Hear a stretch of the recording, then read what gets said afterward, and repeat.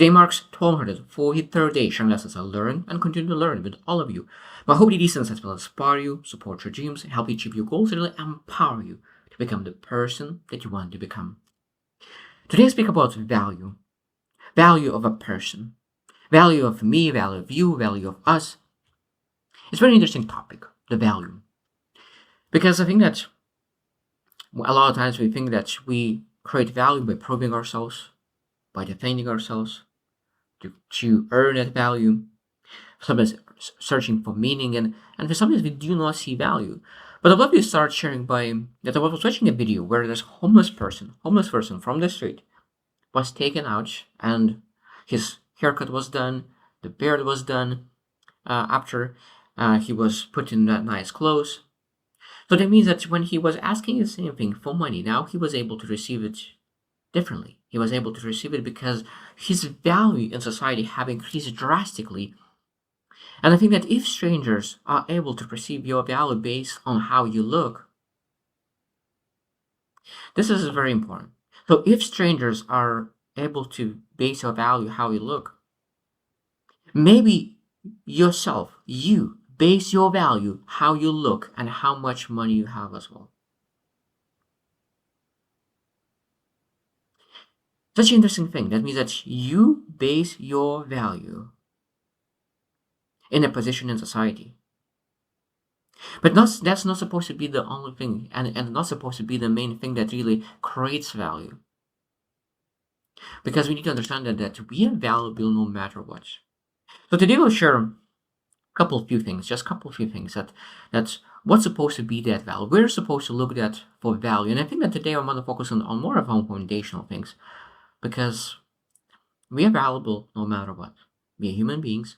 We created in God's image, and I think that that's my beliefs. And I think that we need to understand that. We need to value ourselves. And USA is easy? No. I've listened to so many podcasts where very, very successful millionaires, billionaires saying that they still sometimes feel not enough. So it means that money doesn't actually create value. Good looking doesn't create value.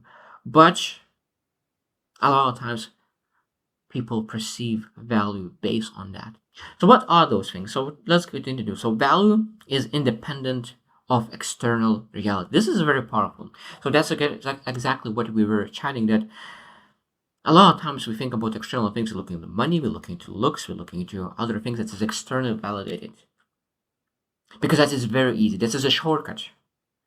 When you think about a value, this is a shortcut.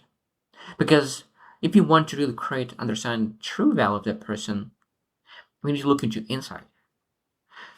Now, of course, without insight, that person has value anyway. That's why there's in society, it's not good to kill people, because every single person, no matter who they are, is a valuable person. We value life, so life is valuable. But when you think about creating more value, of course, we're able to create more value from inside rather than from outside. So it doesn't matter what is externally happening, we're able to say this person is valuable. Because true value is like consciousness of, exists without any validation, without external things that is sometimes people are looking for. Because I know that a lot of us are looking for external approval, external validation to feel valuable, but we don't need that. We have value without it. Number two is that value comes from being and not doing. Value comes from being, not doing. Because sometimes you feel that if you're not doing this, that means I'm not valuable. If I don't do this, that means that I'm not fulfilled. I think sometimes it's very, very important to understand that just being in your state and having an inner peace is the beautiful thing. Because I think that when you really let go of doing and you really focus on being, and you finally have that inner peace, it's so much easier to do the things that you want to do. Because there's like abundance in the scarcity. If you execute that doing from scarcity, it's very, very hard to achieve success. But when you do look into being and you be the best person that you can be, and then execute and do those things, you get so much more out of it. So value is coming from being, not doing. It's very powerful. I think that is, again, this is a concept that probably you've heard, is that be, do, have. Most people live life so that when I will have more money, I will be able to do the things that I want, and I will be happy. But it's not how it's supposed to be in life. We need to change that and reverse it. And I need to be who I want to be right now, and I will be who I am right now. What that person does, what that person do, and then of course you will have everything what you need because you transform from have do be to be do have. It's a very interesting and powerful lesson. Number three is that your value is infinite because you are part of the whole. That means that there's a whole universe and you're part of it. It's a small piece of the whole. And I think that that's because you are part of something, you're part of that machine, it's very, very important to understand that you are valuable. Now, imagine that there is a vehicle. There are so many pieces in that vehicle, and it means you're part of that amazing vehicle. You are the piece of that vehicle that is growing and going all the time, and you're very, very important because without you, that's if that will run for, yes, but still this small piece is very, very important because that was created with that the purpose. There is a purpose for every single piece, and I think that because your value is infinite, we need to see that's okay. I'm part of this whole picture of the universe, even though that is very, very small. This is number four is very, very important. It's very, very important. Your value is beyond time and space. Your value is beyond time and space. And what is that? I think that's it. But when we get on Earth and when we live our lives, we have so many touch points with other people, and those touch points influences and makes a difference in other people's lives one way or another. So that means after you, there will be thousands of touch points, thousands of influences, and those touch points, will ripple to thousands, millions, generations down the road. You never know how far your touch point will go, how far your encouraging word will go, how far your impact will go. That, well, for me, when I think about that, it's just insane. And it's interesting that it could, anyways, it's both the good things that it did and the bad things that it did. Sometimes even bad things benefit someone even more than a good thing.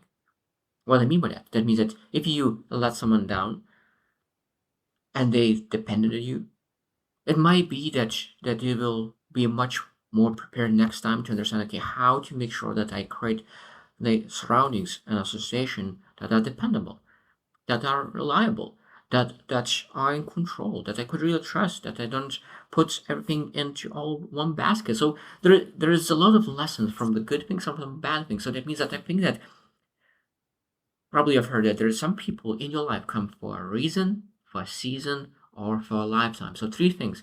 So that means that you are for someone else a season, or you can be a reason, or could it be a lifetime. So it means I think that majority of the time, 90% of people in our life is just for a reason. It's like could be a lesson, or it could be just a blink on an eye. That's because a lot of times I think that our life is influenced by so many people, and sometimes we're not able to connect which person did specific thing to us and what was those shifts that we made, because a lot of times like there's five people that come to our lives and says one thing and we do not understand it, and then the sixth person come in and finally says something and we able to understand finally because we able to grow enough to really reach out. So that means that all those six people who said exactly the same thing was the influences that really led you to really build that seed in your mind that really sixth person said it, everything transformed. A lot of times we just give recognition to the sixth person, but those five people were the foundational things that planted the seed and grew the seed and watered the seed and nurtured the seed. So the sixth person who came in harvested the idea that was already in your mind. Such a powerful thing. And that's your value goes beyond time and space. Very powerful. A last thing that I want to mention is that um, you are observer and observed. That means that we sometimes be able to look into. Look, I love the meditation when I think about when you're able to observe yourself sitting in a chair doing a meditation. And so it's just a beautiful thing of observing the universe, being able to really see yourself in a room, being able to see yourself in a city, you're able to see in a country, you're able to see that on earth, you're able to see in a social. So being able to really look at a bigger and bigger picture. I think that you be able to be those observers on earth. But at the same time, I think that we are able to be observed by other society, by everything. And I think I think that's knowing that every single person is super valuable, we start to treat people differently. We see that person because I love it saying that every single person you meet is a friend that you didn't have a chance to meet yet. Because every single person is valuable. And every person is friend. Not every friend is doing great things. Not every friend is the behavior of them is great, but still be able to appreciate them, their living, their input, their lessons, their aspirations. Because I truly believe that every single person is a good person deep, deep inside. Sometimes it's covered by all the negativity, but every single person deep inside is a good person. And every single person is valuable. So I hope you should reflect as well.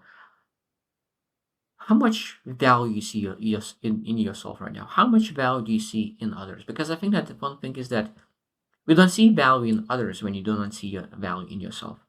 I could say that 100%. When I didn't love myself, I didn't love people. I wanted to help people, but when I used to go outside and I used to see people, sometimes I used to see a lot of faults in them, a lot of disappointments. I didn't see them as beautiful people. But the more I learned to love myself, appreciate myself, all the faults, all the joys, all the blessings, the more I start to love and appreciate others. So that means that when you think about value, and you can look into okay, how much you value others. And that is one of the mirrors shows how much you value yourself. Because the more you value yourself, the more you value others as well. I don't speak about selfish, that's all about me, all about me. No, just valuing yourself. I value myself. I have my boundaries. I'm able to say yes. I am able to say no. I'm able to invest in myself. I want to grow. I want to improve. There are so many things that develops you in a good way, not without taking it from others. But you develop yourself because when you develop yourself, you start to see how difficult sometimes it is to develop yourself. You start to appreciate that other people are doing the same journey, and you start loving yourself and loving others at the same time. So I hope you choose to win, and see you tomorrow.